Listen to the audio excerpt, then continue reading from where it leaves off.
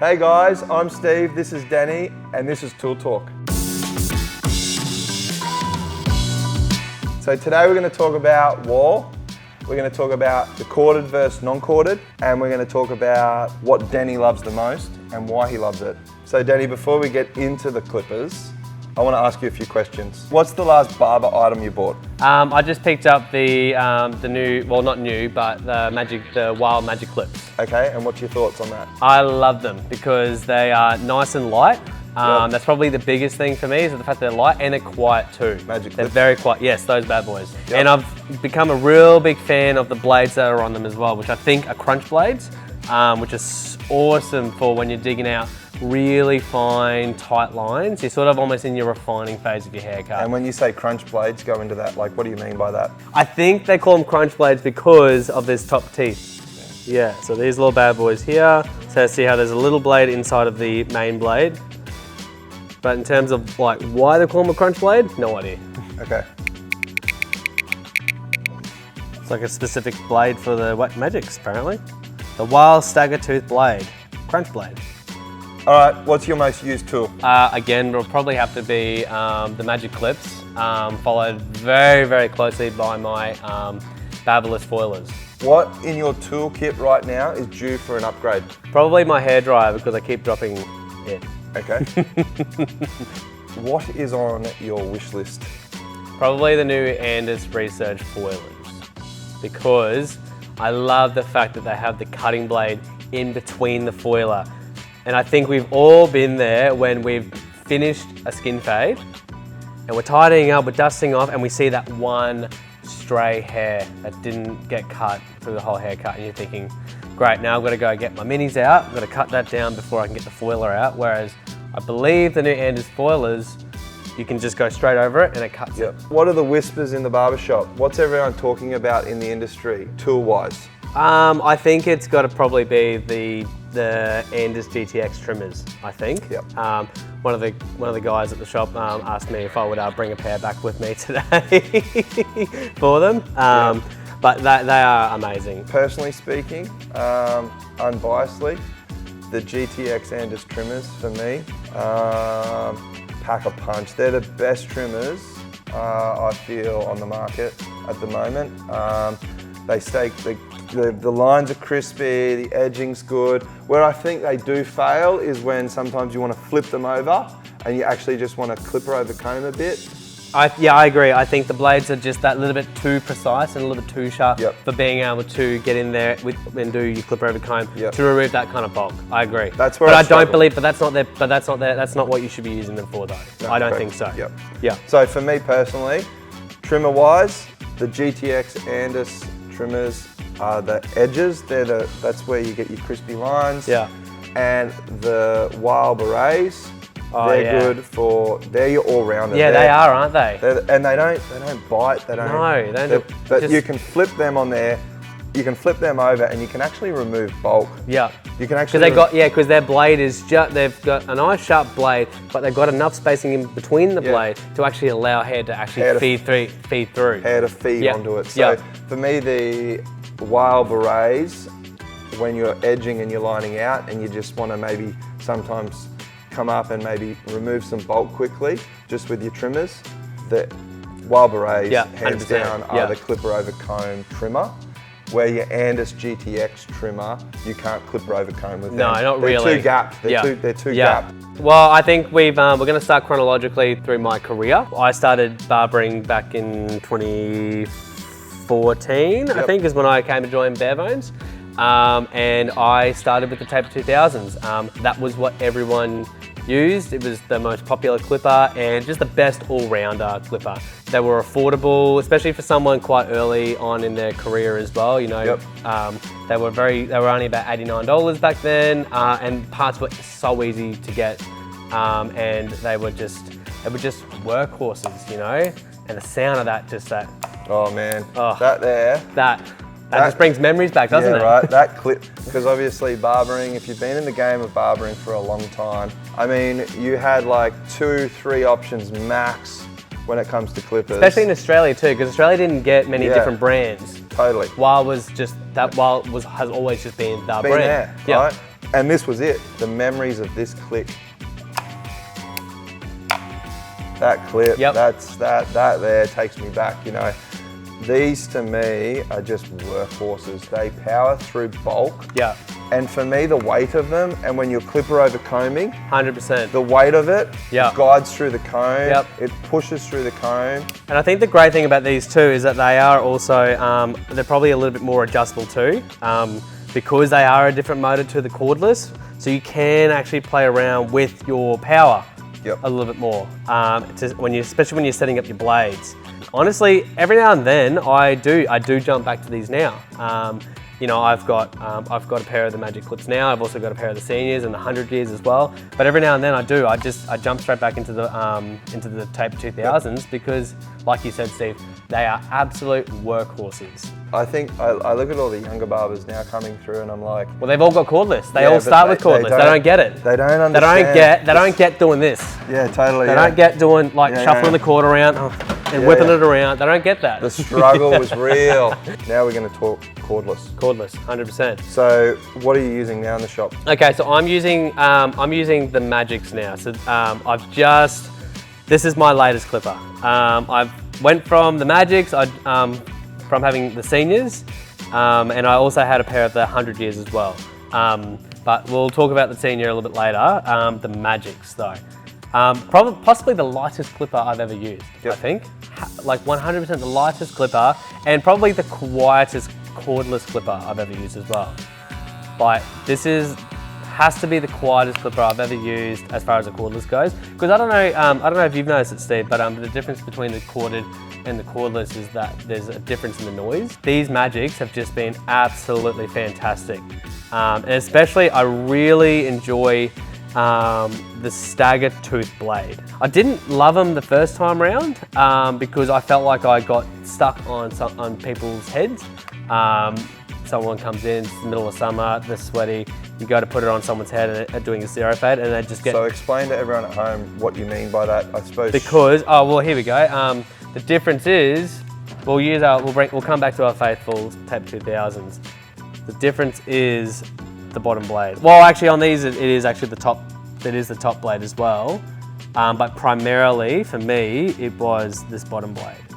So with the Magics, it's a very flat and smooth blade. So it allows you to get closer again, as opposed to the taper blade. It's got the grooves on the base plate, on the base blade. It allows it to sort of slide up the head a lot easier because you've got less contact points. Whereas this, you've got perfect contact to the head. Which is great when you're doing like nice zero fades and whatnot. If you've got a gentleman that isn't sweating and sticky, right? But the great thing about these tapers, and that's why these bad boys will never fail, is because they have this channeling and they have a lot less surface area for you to get stuck onto. So I'm sure you've experienced that before. So that's why this backing, this black, it's good for bulk. It's great for bulk. Removing 100%. bulk. Running your 2-blade or your 1-blade through, or even just setting your zero sometimes when you just want to go up. You just need to knock all of it out. If you had to run 2 clippers, you know, if you ran a pair of the Magics and you ran a pair of the Taper 2000s, or you ran a pair of cordless clippers that ran the taper blade, this would be your bulk, as you said, your bulk removing clipper.